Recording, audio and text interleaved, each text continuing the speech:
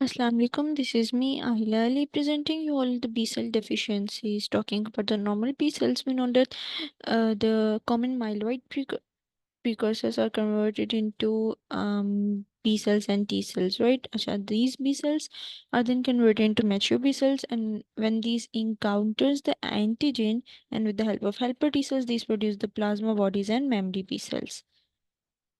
Talking about the pathophysiology of the B cells, we know that B cells deficiencies usually occur when there is the disruption in the development, either differentiation or function of the B cells.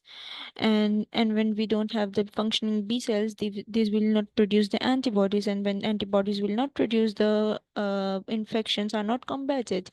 So we will be encountered with the like recurrent infections, right? And we will not having like humoral immunity or compromised humoral immunity.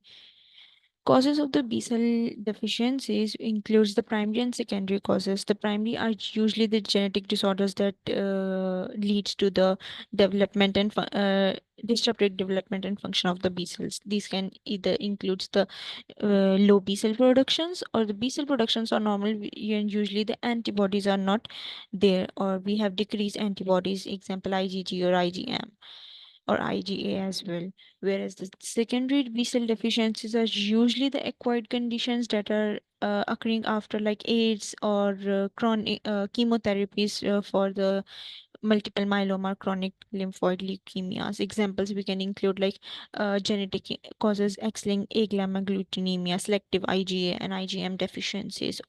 Whereas for the secondary B cells, we can include like deficiencies that can occur after chemotherapy or HIV or AIDS.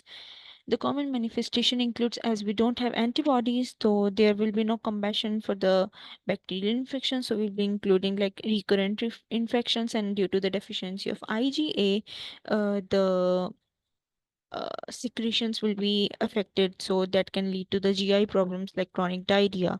We have failure to thrive, autoimmune diseases, as this is also a genetic problem, and genetic problem usually lead to the multiple autoimmune diseases by site. And then we have allergic disease or sepsis. Diagnosis usually involves around the immunoglobulin levels that can be low, B cell count that can be low or normal, and response to when vaccines and genetic testing that can include like primary deficiencies. Management is usually like supportive care, but we can have immunoglobulin replacement therapies, as we don't have immunoglobulin, so we can enter IVIGs, intravenous immunoglobulins, or antibiotic prophylaxis before encountering with any bacterial or viral infection. And that's end from my side. Thank you so much. Allah Hafiz.